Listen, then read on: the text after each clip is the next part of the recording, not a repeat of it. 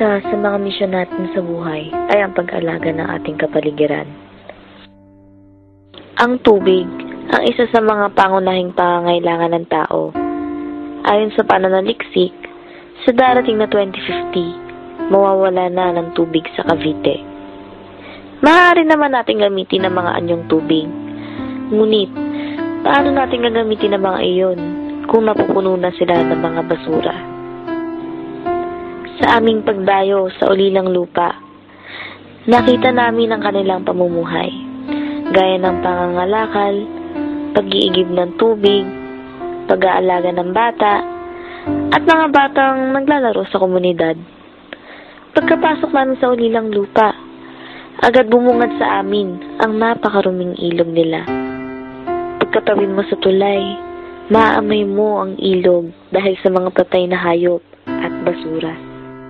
Nakita namin na kailangan tulungan ng komunidad na iyon at pumunta agad kami sa barangay para ipaliwanag ang aming mga plano.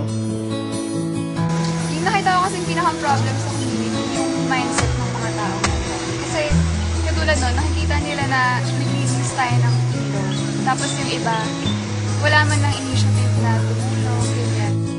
Yung pinaka super devastating sa lugar nila is yung pagtatapon ng basura. Tatlong kinds lang yung pagtatapon nila ng basura. It's either ibabaon nila sa lupa, paano rin nila sa tubig, o susunugin nila, which is very harmful to the environment. Sa kagustuhan naming tumulong na mailigtas ang kapaligiran, nagsagawa kami ng aksyon patungkol sa aming proyekto.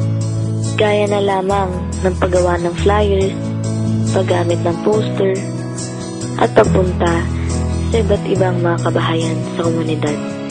Magitan ng mga seminar namin, nabigyan namin sila ng informasyon, hindi para sermonan sila, kundi para sila ipalalahanan bilang mga tao rin dito sa mundo. Nagkaroon sila ng testimony kung saan nagkaroon sila ng kaalaman na ito na yung estado ng buhay nila, ito na yung dating lugar nila at malayong-malayo na sa dati.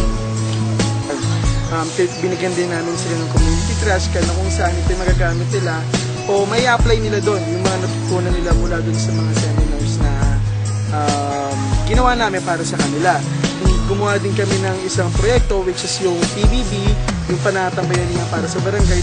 Super nagpapasalamat kami sa nila, sa initiative nila na bumuo ng sarili nilang samahan kahit na mawala na yung Agos Ilog team, nandun pa rin yung Agos Ilog Spirit.